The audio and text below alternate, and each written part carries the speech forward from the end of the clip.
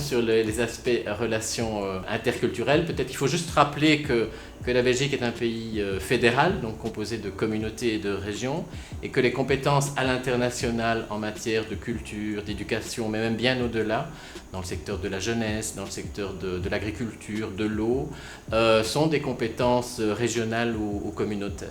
Et nous avons la chance de bénéficier ici du soutien, de l'appui parallèle, je vais dire, d'une délégation générale Wallonie-Bruxelles, qui était la première délégation qui était ouverte en Afrique du Nord, il y a presque près de 40 ans, et qui a vraiment une liste de projets et d'actions impressionnantes avec la Tunisie, bien sûr dans le secteur éducatif, dans le secteur des échanges interuniversitaires, en offrant une soixantaine de bourses au niveau des doctorats par an, à côté naturellement des bourses qui sont offertes par les universités francophones ou belges en général.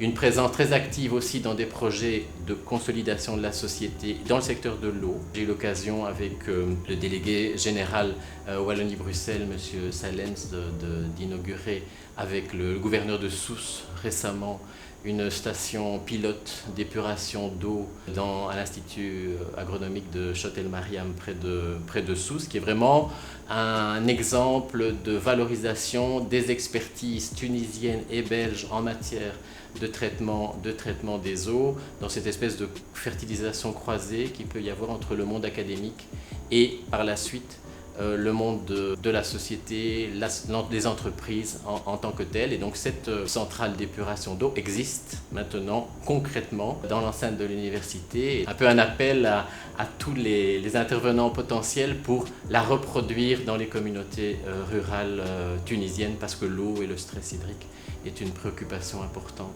ici en Tunisie.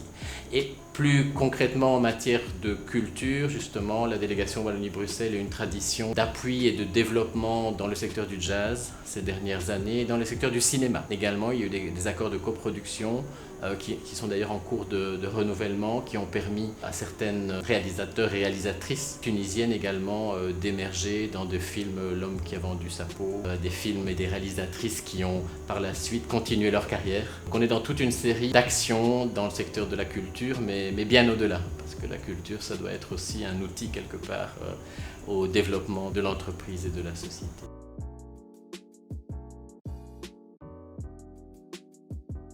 En fait, je suis historien de formation, c'est ma formation de base. Alors être ici en Tunisie, c'est naturellement un peu être au paradis de pouvoir revoir, repasser en revue sur le site l'histoire ancienne, l'histoire antique ou l'histoire plus récente, et de pouvoir naturellement visiter des sites comme Carthage, Edgem, Kairouan, et de savoir finalement que nous sommes tous liés à cette histoire commune et pouvoir voir sur le terrain le riche passé tunisien. Pour moi, naturellement, c'est un grand plaisir. J'attends avec impatience de pouvoir revisiter le musée du Bardo, qui est quand même le musée internationalement le plus important en matière de mosaïque antique notamment. Donc il y a énormément de choses à découvrir, et pour moi c'est véritablement un plaisir de découvrir avec le temps, puisque quand on est en poste, on a du temps. On ne vient pas comme touriste, on vient véritablement pour s'imprégner de la culture, de l'histoire, des contacts également avec des interlocuteurs locaux. On a vraiment cette chance,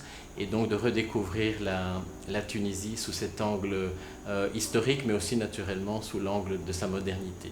Donc ça, c'est sûrement une thématique importante pour moi durant mon mandat.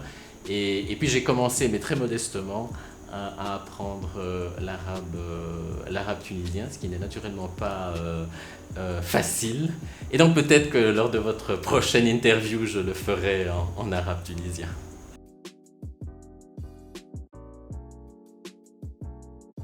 En général, quand deux Belges se rencontrent à l'étranger et qui ne se connaissent pas, ils parlent de cuisine.